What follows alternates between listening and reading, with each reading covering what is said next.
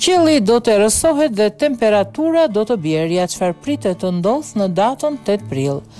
Në 8 prill, globi do të ketë mundësinë që të përjetojë eklipsin e dytë të plot diellor në 70. Hëna do të rrshqas mbi sipërfaqen e diellit duke shkaktuar hije mbi një pjesë të tokës.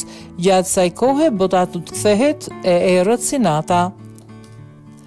Të parët që do të mund të shohin eklipsin nga toka do të jenë banorët e Meksikës, por ky fenomen natyror do të mund të shijohet nga të gjithë në Shtetet e Bashkuara të Amerikës dhe Europë.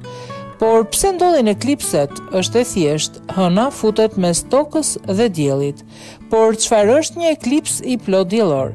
Një eklips i plot diellor ndodh kur hëna e orienton veten mes tokës dhe diellit duke e mbuluar sipërfaqen diellore nga shikimi ynë.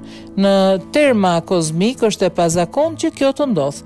Hëna është rreth 400 herë më e vogël se dielli, por edhe rreth 400 herë më pranë nesh. Kjo do të thotë se kur dy trupat qiellore shtohen, ato duken sikur të jenë me të njëjtën madhësi në qiell. Eklipsi pjesëshëm diellor ndodh kur toka, hëna dhe dielli rreshtohen në mënyrë jo perfekte. Hëna erëson vetëm një pjesë të diellit. Do të ketë dy të tillë në 2025-ën. Toka mund të futet po ashtu mes hënës dhe diellit duke krijuar një eklips hënor. Kjo mund të shihet 1 ose 2 herë në vit. Sa errësirë do të jetë gjatë kohës që ndodh eklipsi? Eklipsi do të zgjasë rreth 2 orë ose më shumë. Ai do të nisë me një eklips të pjesëshëm të diellit, teksa hëna a një copës të vogël të skajit të diellit më pas konsumon gjithmonë më shumë nga sipërfaqja e tij. Sipas NASA-s, kjo mund të zgjasë kudo nga 70 deri në 80 minuta.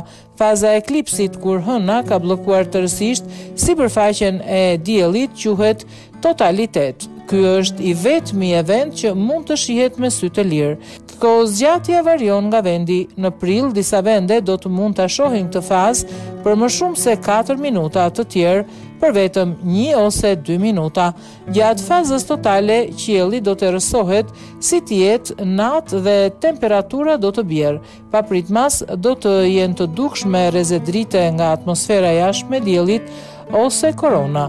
Pas fazës totale, dielli do të dalë ngadalë pas hënës sërish një tjetër eklips i pjesëshëm që do të zgjas njësoj sa hera e parë. Hëna do të tërhiqet derisa dielli do të kthehet me shndritjen e tij normale në qiellin ton.